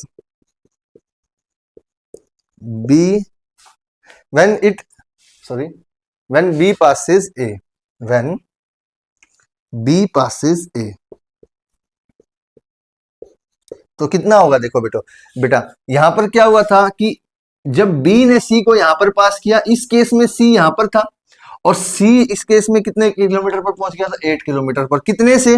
16/7 kilometre से 8 किलोमीटर पर पहुंच गया था। मतलब आप 4 किलोमीटर पर थे मान लीजिए, और आप 9 किलोमीटर पर चल गए, तो आपने कितना चला? 5 किलोमीटर। कैसे निकालोगे? 9 - 4 ऐसे कैलकुलेट करोगे ना बेटा। मान लीजिए आप 5 किलोमीटर से आपने स्टार्ट किया और आप 10 किलोमीटर पर पहुंच गए, तो आप इसको कैसे कैलकुलेट करोगे? आप क्या करोगे? मान लीजिए 5 से स्टार्ट किया, आप 10 पर पहुंच गए, तो 10 - 5 5 चले। आपने 5 से स्टार्ट किया, 15 पर पहुंच गए, तो कैसे निकालोगे? 15 - 5 10 किलोमीटर चले। ऐसे ही यहां पर हम करेंगे। अब सी ने कहां से स्टार्ट किया था? 16/7 किलोमीटर से, और पहुंच कहां गया? 8 किलोमीटर पर। तो कैसे निकालेंगे? 8 - 16/7, तो ये कितना हो जाएगा? 7 8 जा 56 - 16 divided by 7, that is equals to, हमने एलसीएम ले लिया बेटा इसका, तो 7 8 जा 56। तो 56 में से अगर 16 जाएंगे तो कितना आ जाएगा? 40 डिवाइडेड बाय 7, तो जाएगा 7 5 जा 35 पॉइंट, और कितना बच गया? 5 5.7।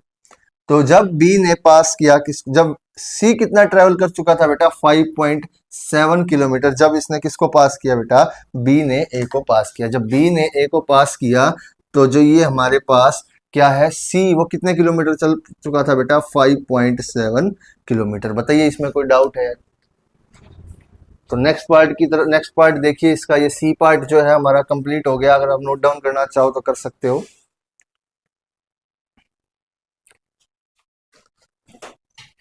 अब देखिए बेटा नेक्स्ट पार्ट की तरफ बढ़ते हैं।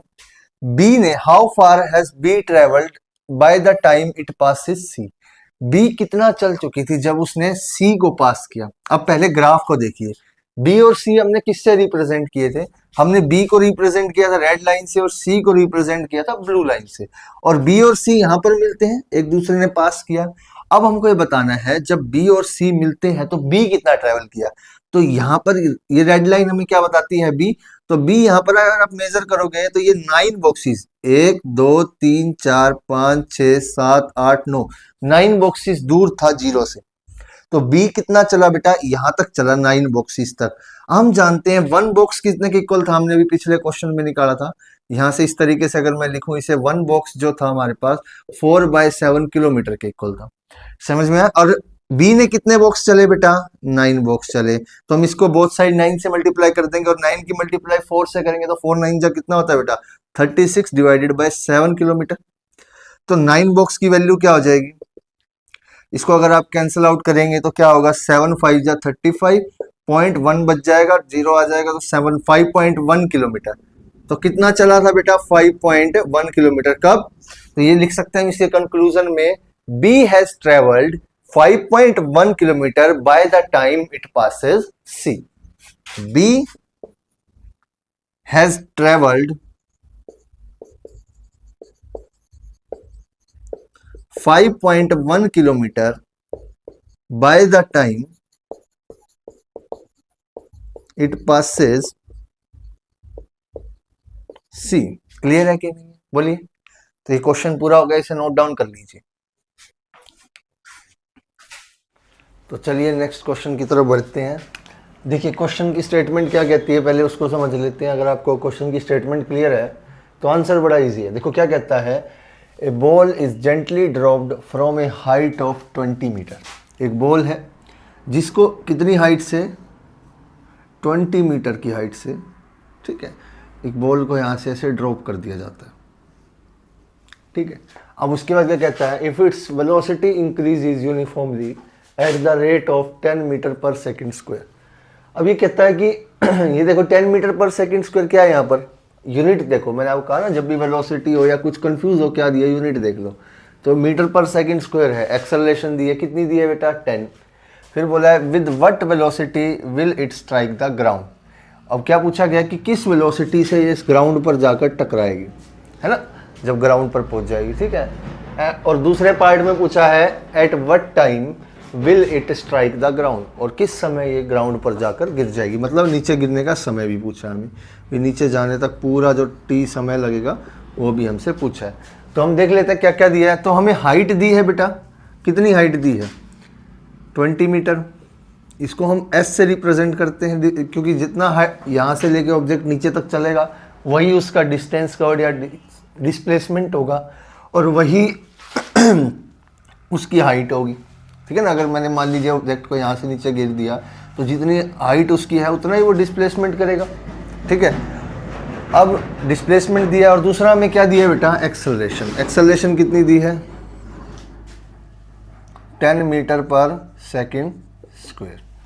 और कुछ दिया है। अब देखो बेटा एक और चीज है जो हम यहाँ से पता लगा सकते हैं कभी भी ऐसा केस हो किसी भी बॉल को कहीं से ड्रॉप किया जा रहा है, तो या फॉर एग्जांपल मतलब यहाँ से ड्रॉप किया जा रहा है, या मान लीजिए अगर मैं अभी इस पेन को यहाँ से ड्रॉप करने जा रहा हूँ और ये छोड़ दिया मैंने, तो जब यहाँ से ड्रॉप किया बिल्कुल इनिशियल वेलोसिटी क्या थी ड्रॉप करने से पहले, 0, फिर इंक्रीज करना स्टार्ट हुई।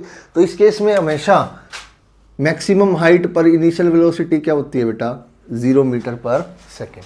तो u क्या हो जाएगा यहाँ पर, 0 मीटर पर सेकेंड। अब हमें निकालने के लिए क्या बोला था कि किस वेलोसिटी से ये ग्राउंड पर स्ट्राइक करेगी। अब यहाँ पर जो वेलोसिटी होगी वो क्या होगी, फाइनल वेलोसिटी, है ना, जो हमें दी नहीं है वो हमें निकालनी है। तो फाइनल वेलोसिटी निकालनी है।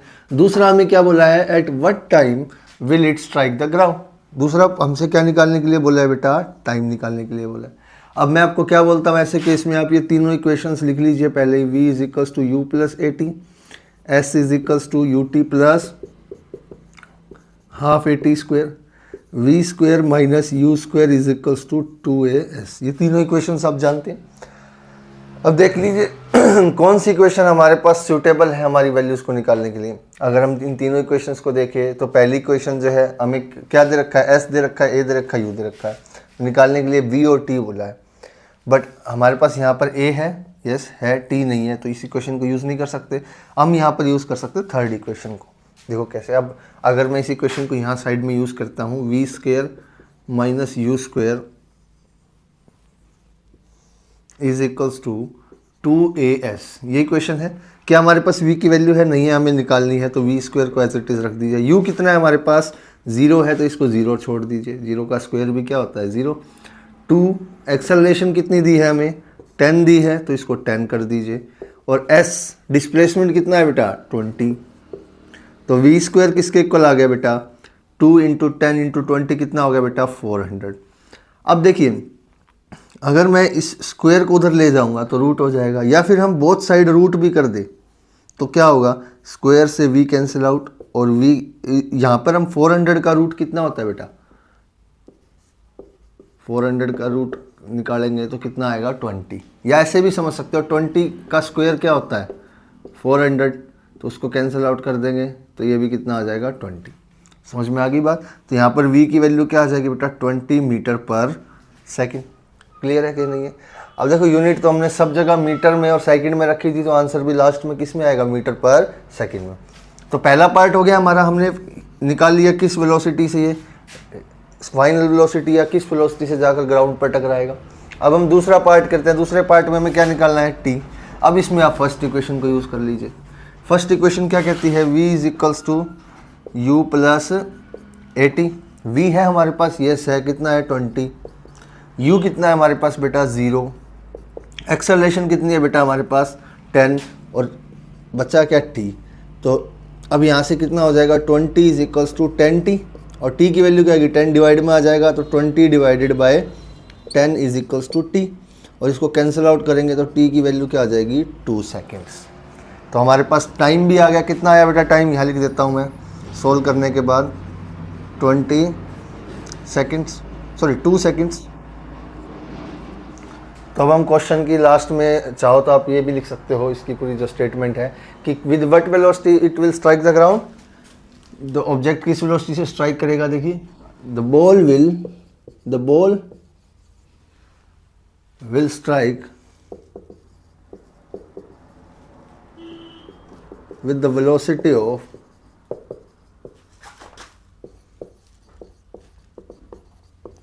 20 मीटर पर सेकेंड। पहला पार्ट हो गया हमारा। दूसरे पार्ट में क्या कहता है? At what time, after what time will it strike the ground? It will strike the ground after 2 seconds. तो दोनों पार्ट हो गए हमारे। तो हमने टाइम भी निकाले था ना, कितने सेकंड में जाकर? 2 सेकंड्स में जाकर ग्राउंड पर टकराया था, तो टाइम 2 सेकंड्स आ जाएगा, और v कितना हो जाएगा? 20 मीटर पर सेकंड। ठीक है, तो हमने क्या किया था? हमें क्वेश्चन के अंदर s हाइट दी थी, हाइट से उससे गिरा है, वही s हो जाएगा हमारे पास। ठीक है, एक्सेलरेशन हमें दी 10 मीटर पर सेकंड स्क्वायर। ठीक है, u हम जानते हैं, जब भी मैक्सिमम हाइट से अगर किसी ऑब्जेक्ट को किसी हाइट से गिराएंगे तो उस हाइट पर उसकी इनिशियल वेलोसिटी क्या होती है जब हम उसे ड्रॉप करते हैं? 0। फाइनल हालांकि फाइनल भी एक टाइम के बाद 0 हो जाती है, बट टकराता है जब किसी स्ट्रॉन्ग वेलोसिटी से नीचे गिरता है, बट नीचे जाकर क्या होता है? वो सारी अपनी वेलोसिटी और फॉर्म्स में लूज कर देता है। ये भी हमारा एक एनसीईआरटी क्वेश्चन है, आगे जाकर आएगा, कोई बात नहीं। ठीक है, तो क्वेश्चन क्लियर है सभी को? नोट डाउन कर लीजिए। अब देखिए बेटा, नेक्स्ट क्वेश्चन की तरफ बढ़ते हैं। देखिए क्वेश्चन में क्या दिया है? The speed time graph for a car is shown in the figure. आपको एक स्पीड टाइम ग्राफ दिया है एक कार का। थोड़ा सा डायग्राम डिफर कर सकता है बुक से, क्योंकि बोर्ड पे ऐसा बनाना पॉसिबल नहीं है, बट आई विल ट्राई कि आपको ईच एंड एवरी पॉइंट तो समझ में आए। ठीक है, अगर आपको फिर भी प्रॉब्लम होती है तो थोड़ा सा बुक को ओपन कर लीजिए, देख लीजिए साथ में डायग्राम कैसा है। ठीक है बेटा, अब देखिए जब भी आपको स्पीड टाइम ग्राफ दिया होता है तो मैंने आपको एक चीज बताई है बेटा, स्पीड टाइम ग्राफ के अंदर जब भी आप एरिया कैलकुलेट करते हो तो किसके इक्वल मिलता है बेटा? डिस्टेंस ट्रेवल्ड के इक्वल। किसके इक्वल बेटा? डिस्टेंस ट्रेवल्ड के इक्वल। ठीक है, तो जब भी आपको स्पीड टाइम ग्राफ दिया और आपको कैलकुलेट करना हो डिस्टेंस, तो सिंपल जितने टाइम का डिस्टेंस निकाला है, मान लीजिए 5 सेकंड बाद ऑब्जेक्ट कितना दूर था, तो 5 सेकंड तक टाइम में जितना एरिया आ रहा है कैलकुलेट कर लो। जैसे अभी इधर देखो एग्जांपल, इसमें क्या कहा गया है, पहला पार्ट पढ़ते हैं, कहते हैं find out how far the car travels in the first 4 second. पहले 4 सेकंड में कार कहाँ ट्रेवल करती है, पहले 4 सेकंड यहाँ पर आते हैं बेटा।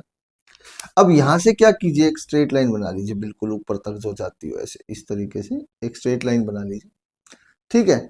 और ये आप अपने स्केल से कर सकते हैं। अब क्या करना है, इधर 4 सेकंड तक जितना भी एरिया स्पीड टाइम ग्राफ ने बनाया, पहले तो हमको ये समझना चाहिए कि 4 सेकंड तक एरिया कितना हुआ, ये एरिया हो गया पूरा। जो ये एरिया बनाया 4 सेकंड तक, यही एरिया हमें किसके इक्वल मिलेगा बेटा, यही एरिया जब आप कैलकुलेट करोगे आपको मिलेगा डिस्टेंस के इक्वल, ठीक है। तो मतलब हमें हमारा टारगेट क्या है, इस ब्लू एरिया को कैलकुलेट करना। अब इस ब्लू एरिया को कैलकुलेट करें। अब कैलकुलेट करने के लिए बेटा ये देखो थोड़ा सा सिमिलर है ट्राइंगल से, बट एग्जैक्टली ट्राइंगल नहीं है।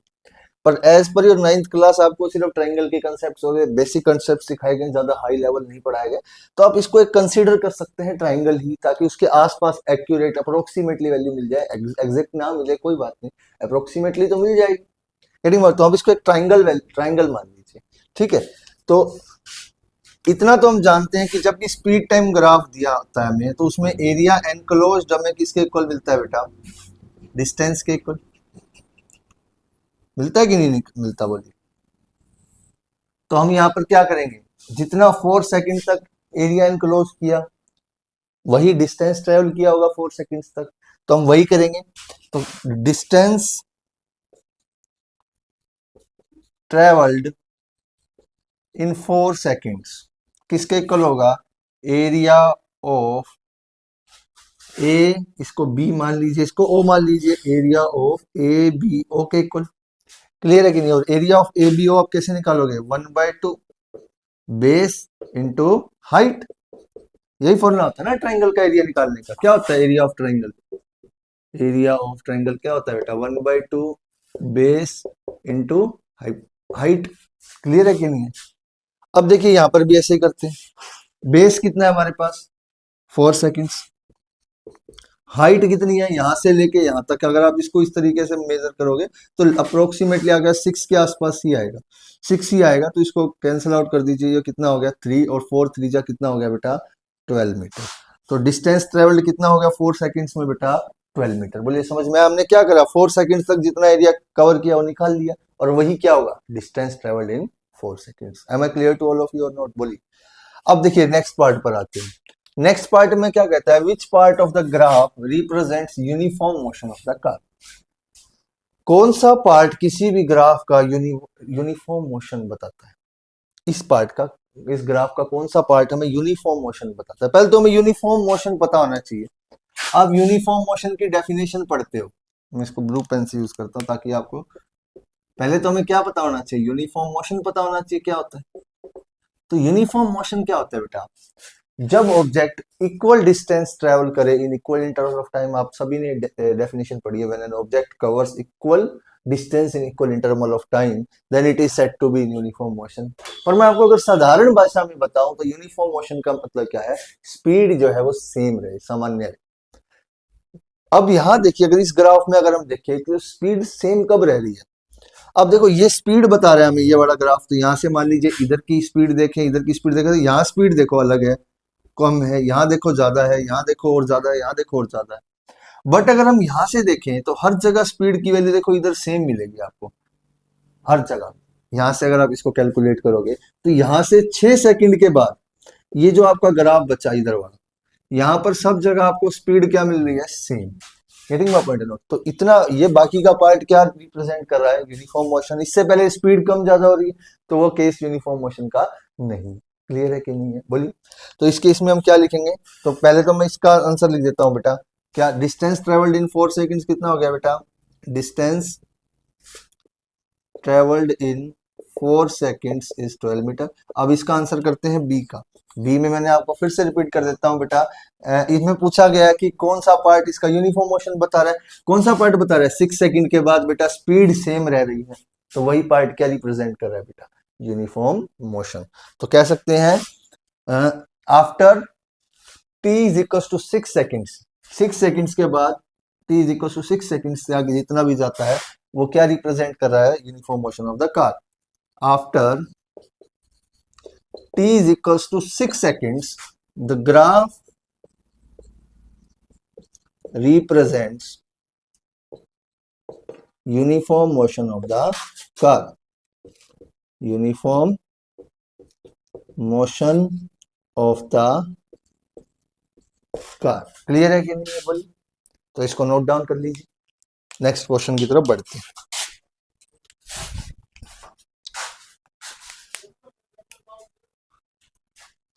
लास्ट क्वेश्चन की तरफ बढ़ते हैं। तो फिर से हम इस क्वेश्चन की स्टेटमेंट को पढ़ेंगे। देखिए क्या कहता है, state which of the following situations are possible. ये दो सिचुएशन दी है और पूछा है कि कौन सी सिचुएशन पॉसिबल है एंड उनका एक and give an example for each of these, और उनका एक एक एग्जांपल दीजिए। तो पहली स्टेटमेंट पर आ जाते हैं। अब क्या कहता है पहली statement, an object with a constant acceleration, ऐसा ऑब्जेक्ट जिसकी एक्सेलरेशन तो क्या हो कांस्टेंट बट वेलोसिटी क्या हो जीरो, जीरो वेलोसिटी। मतलब एक्सेलरेशन तो क्या हो बेटा कांस्टेंट और वेलोसिटी क्या हो जीरो। ऐसा केस कहां होता है बेटा? अब जनरली ऐसा केस हमें देखने को मिलता है बेटा जब हम ग्रेविटी की बात करते हैं। किसकी? ग्रेविटी की। कैसे? अब देखिए, जब भी हम किसी ऑब्जेक्ट को, मान लीजिए आपने ऑब्जेक्ट लिया, इसको ऐसे ऊपर फेंका और फिर ये वापस आता है ना, तो अब यहां से क्या हुआ, आपने कुछ वेलोसिटी दी इसको, मान लीजिए 5 मीटर पर सेकंड की वेलोसिटी से आपने इसको ऊपर फेंका, ठीक है, 5, चलो 5 मान लो, और मान लीजिए इस हाइट पर जाता है। अब ये जब अर्थ के एनवायरनमेंट में है, हमारी अर्थ के अंदर है, तो इस पे कांस्टेंट एक्सेलरेशन होती है, एक्सेलरेशन ड्यू टू ग्रेविटी, जिसकी वैल्यू होती है 9.8 मीटर पर सेकंड स्क्वायर। अब जैसे ये ऊपर जाएगा तो ये एक्सेलरेशन नेगेटिव हो जाती है, और नीचे आएगा तो ये एक्सेलरेशन पॉजिटिव हो जाती है। अब इससे मतलब क्या है, जैसे अब ऑब्जेक्ट को फेंकते हैं तो धीरे धीरे एक्सेल ऊपर जाएगा तो धीरे धीरे उसकी वेलोसिटी कम होती रहती है, और एक हाइट पर जाकर वो वापस नीचे आना शुरू हो जाता है ना। तो जब ये मैक्सिमम हाइट पर जाता है अपनी, इस मैक्सिमम हाइट पर, यहां पर इसकी वेलोसिटी क्या होती है बेटा? जीरो। बट यहां पर एक्सेलरेशन तो एक्ट कर रही है, acceleration due to gravity. Getting my point और नॉट? तो ये कौन सा केस है जब हमने ऑब्जेक्ट को ऊपर फेंका, इस केस में इसके पास एक कांस्टेंट एक्सेलरेशन तो है, क्या है? Acceleration due to gravity, but इसकी वेलोसिटी क्या है बेटा? जीरो। तो ऐसा केस क्या है? पॉसिबल है। तो हम इसके अंदर क्या बोल सकते हैं? देखिए कि पहले तो हम यही बोलेंगे कि ये पॉसिबल है, इट इज पॉसिबल, ठीक है। दूसरा हम रीजन दे देंगे, क्या रीजन है? जब हम एक ऑब्जेक्ट को ऊपर फेंकते हैं हवा के अंदर, an object is thrown up in the air, उसके पास क्या होती है? Has constant acceleration due to gravity, जो कि क्या होती है? 9.8 मीटर पर सेकंड स्क्वायर। जब भी ऑब्जेक्ट को हम ऊपर फेंकते हैं एयर के अंदर इस तरीके से, तो इसकी एक एक्सेलरेशन होती है, वो एक्सेलरेशन कितनी होती है बेटा? 9.8 मीटर पर सेकंड स्क्वायर, जो कि क्या वैल्यू है? कांस्टेंट है बेटा। बट जब ये मैक्सिमम हाइट पर ऑब्जेक्ट पहुंच जाता है, मैक्सिमम हाइट पर, तो इसकी वेलोसिटी क्या हो जाती है बेटा? जीरो। तो क्या हुआ? ये केस तो हो ही गया, जिस ऑब्जेक्ट की कांस्टेंट एक्सेलरेशन हो बट जीरो वेलोसिटी हो, तो ये पॉसिबल। क्लियर है कि नहीं है? समझ में आया? अब आते हैं हम दूसरे केस के ऊपर। दूसरा केस क्या कहता है? An object moving in a certain direction with an acceleration in the perpendicular direction. मतलब मान लीजिए ऑब्जेक्ट किसी डायरेक्शन में मूव कर रहा है, मान लीजिए इस डायरेक्शन में मूव कर रहा है, और जो एक्सेलरेशन हो उससे परपेंडिकुलर हो, कितने डिग्री पे हो? 90 डिग्री पर एंगल। तो ऐसा किस केस में पॉसिबल है? तो ऐसा बेटा सर्कुलर मोशन में। सर्कुलर मोशन क्या होता है? जब कोई भी ऑब्जेक्ट एक सर्कल के अराउंड मूव कर रहा हो, या मान लीजिए आपने एक रस्सी ली और उस रस्सी के ऊपर पत्थर को बांधा और आप उसको कॉन्स्टेंटली इस तरीके से रोटेट कर रहे हैं।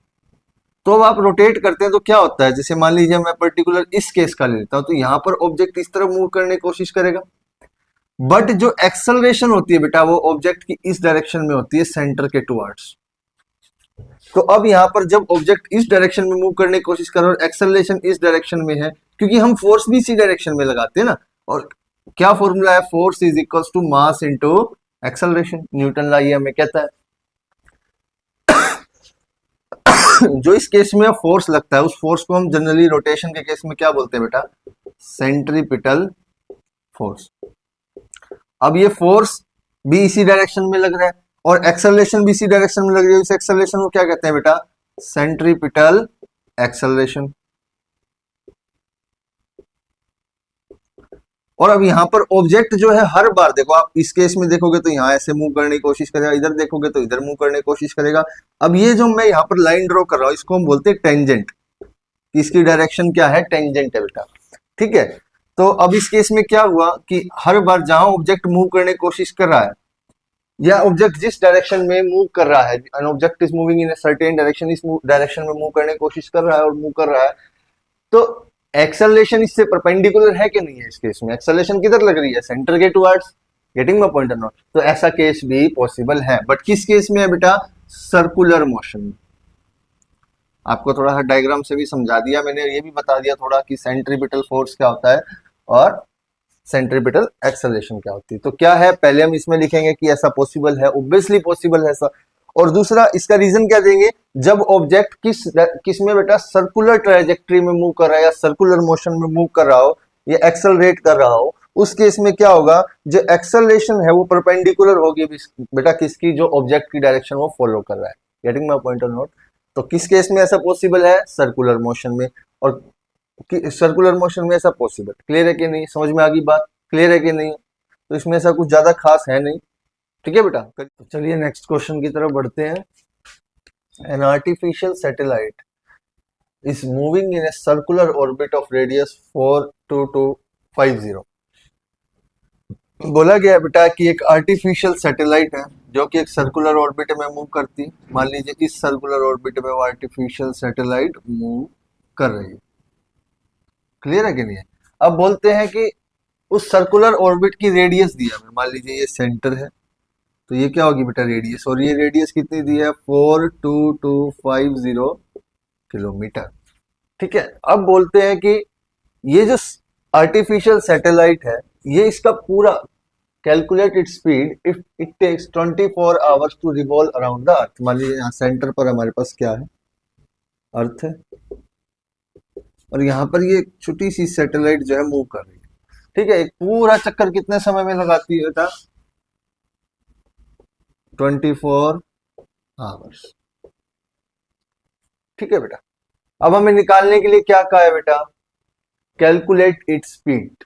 स्पीड निकालने के लिए कहा है, तो हम पहले तो स्पीड का फॉर्मूला लिख लेते हैं। स्पीड का फॉर्मूला क्या होता है बेटा, distance travelled upon time taken. अब बेटा ये क्वेश्चन थोड़ा सा रिलेटेड है फर्स्ट क्वेश्चन से, ठीक है। हमें स्पीड निकालनी है, और स्पीड के लिए हमें दो चीजें चाहिए, एक तो डिस्टेंस और एक टाइम। टाइम तो हमारे पास है, एक चक्कर लगाने में कितना टाइम लगता है, 24 आवर्स। बट एक चक्कर लगाने में ये सैटेलाइट कितना मूव करती है वो कैसे पता चलेगा हमें। मान लीजिए यहां से चलना स्टार्ट किया सैटेलाइट ने और वापस आ गई है, तो ये जितनी सर्कल की लेंथ है इतना ही ट्रेवल करेगी। और इस सर्कल की लेंथ को हम कैसे कैलकुलेट करते हैं, मैंने आपको बेटा फर्स्ट क्वेश्चन में भी बताया था, उसे हम क्या बोलते हैं, सरकमफ्रेंस। सरकमफ्रेंस से इतना ही लिख देता हूं, इससे समझ जाना। सरकमफ्रेंस कितनी होती है बेटा, 2πr। और ये 2πr और यहाँ पर r क्या होता है बेटा, रेडियस, और रेडियस हमें गिवन है। तो स्पीड निकाल सकते हैं, क्या होगा बेटा, 2 इंटू पाई की वैल्यू क्या है बेटा, डिस्टेंस ट्रेवल्ड भी यही हो जाएगा, क्योंकि मैंने बताया इस पूरे सर्कल की लेंथ कितनी है, 2πr, और इतना ही डिस्टेंस ट्रेवल किया, तो कितना हो जाएगा, 2 इंटू पाई इंटू आर। और टाइम कितना लिया बेटा, जितना टाइम टेकन कितना लेता है बेटा, 24 आवर्स, ठीक है बेटा। अब देखो बेटा इतना ध्यान रखना है, यहाँ पर हमने रेडियस की वैल्यू रखते हैं, speed is equal to 2 into pi की वैल्यू रख दीजिए 22/7, रेडियस की वैल्यू रख दीजिए 42250 डिवाइडेड बाय 24, ठीक है बेटा। अब ये 24 यहीं चला जाएगा, इसको हम, या फिर अगर आपको ऐसे कंफ्यूज होता है तो बिल्कुल सिंपल एक और तरीका बताता हूं आपको। क्या करना है, पाई की वैल्यू एक तो होती है बेटा, देखो एक तो पाई की वैल्यू होती है 22/7 और दूसरी एक वैल्यू होती है बेटा 3.14। मतलब आप इस 22/7 को डिवाइड करोगे, 22 को 7 से डिवाइड करोगे तो यही आएगा, देख लीजिए ये 22 है हमारे पास और ये है 7। तो किसने बच जाएगा बेटा, 7 3 जा 21। ठीक है, पॉइंट यहाँ पर 1 बचा, एक जीरो आ जाएगा यहाँ पर, तो 7 1 जा 7, कितना बचा 3, फिर जीरो आ गया और 7 4 जा कितना होता है बेटा 28। तो कितनी वैल्यू आएगी 3.14 ही आएगी अगर हम दो डेसिमल तक सोल्व करें। तो हम ऐसे भी लिख सकते हैं, क्या होगा 2 इंटू 3.14 और रेडियस की वैल्यू क्या है हमारे पास बेटा 42250 डिवाइडेड बाय कितना है बेटा 24। 24 आवर्स में है और ये किलोमीटर में है। अगर हमने इसको किलोमीटर में लिया और आवर में लिया तो आंसर भी किस में आएगा बेटा, किलोमीटर आवर। क्लियर है कि नहीं है। अब ऐसे क्वेश्चंस में बेटा, अब ये कैलकुलेशंस अगर आपको सर यहाँ पर सोल्व करके दिखाओ तो बेटा पॉसिबल नहीं है, 1 घंटे की वीडियो में मैं इतनी सब चीजें नहीं डाल सकता हूँ एक से, क्योंकि वीडियो फिर 2-3 घंटे की हो जाएगी बेटा और आप भी उसे देखना पसंद नहीं करेंगे। तो अगर आपको कोई कैलकुलेशंस में डाउट है तो आप पर्सनली मैसेज करिए, मैं आपको एक एक स्टेप जो है उसकी पीडीएफ भेज दूंगा, या फिर आप कमेंट सेक्शन में बोलिए सर कैलकुलेशन में प्रॉब्लम आ रही है तो वो भेज दी जाएगी। ठीक है, तो अब देखिए इसकी अगर हम मल्टीप्लीकेशन करें तो हमारे पास जाकर सोल्व करके आएगा बेटा ये 11065 और ये मैं बता देता हूँ 0.4 किलोमीटर पर आवर। ये कुछ आपको सोल्व करने के बाद आंसर मिलेगा। ठीक है, बट आप बोलते हो सर आपने तो स्पीड निकाल दी 1106.5.4, बट ये तो आंसर ही नहीं है। हमारी एनसीईआरटी की बुक में पीछे आंसर्स दिए होते हैं, सबको आदत है आंसर्स देखने की। तो बेटा आप थोड़ा सा ध्यान देना आंसर के अंदर, वहां पर किलोमीटर और पर आवर में नहीं दे रखा, वहां पर जो आंसर दिया है वो आपको कुछ इस तरीके से दिया मिलेगा 3.073 ऐसा कुछ आंसर मिलेगा आपको, बट वो मिलेगा किलोमीटर पर सेकंड में। मतलब वहां पर टाइम सेकंड में है, ना कि हमने किस में सोल्व किया बेटा, आवर्स में सोल्व किया है। तो ऐसा वहां पर नहीं है, तो हम उसको उस तरीके से सोल्व करेंगे। तो हमें क्या करना है, जब भी हमें अब पर आवर और इसको किस में कन्वर्ट करना है, हमें सेकंड्स में, तो हम क्या करेंगे, इसको जस्ट डिवाइड कर देंगे 1106.4 डिवाइडेड बाय 3600। अब यहाँ पर क्या हुआ बेटा, हमने आवर्स को तो सेकंड्स में कन्वर्ट कर दिया, क्योंकि डिवाइड में आवर थे तभी डिवाइड में मल्टीप्लाई कर दिया 3600 से। अब आप कहोगे सर 1 आवर के अंदर कितने सेकंड्स होते हैं, तो आप डायरेक्टली कैलकुलेट करते हो 60 इंटू 60 दैट इज 3600। अब यहाँ पर है किलोमीटर पर आवर, मतलब आवर डिवाइड में, तो हम जो मल्टीप्लाई करेंगे वो भी डिवाइड में ही करेंगे ना बेटा, तो इसको इसलिए मैंने 3600 को डिवाइड में मल्टीप्लाई कर दिया है। तो अब देखिए, अब जब आप इसको पूरे को सोल्व करोगे तो आपके पास आंसर आएगा 3.073 किलोमीटर पर सेकंड, जो कि आपकी एनसीईआरटी बुक का आंसर है। तो आप इन दोनों में से कोई भी आंसर लिखोगे, क्योंकि क्वेश्चन में ऐसा मेंशन नहीं है कि आप किलोमीटर पर सेकंड में निकालो या किलोमीटर पर आवर में निकालो, तो आप कोई भी आंसर निकाल सकते हो, कोई गलत नहीं कर सकता इसको बेटा। ठीक है, क्लियर है कि नहीं है। तो ये क्वेश्चन हो गया होगा आप सभी का, तो इसको नोट डाउन कर लीजिए।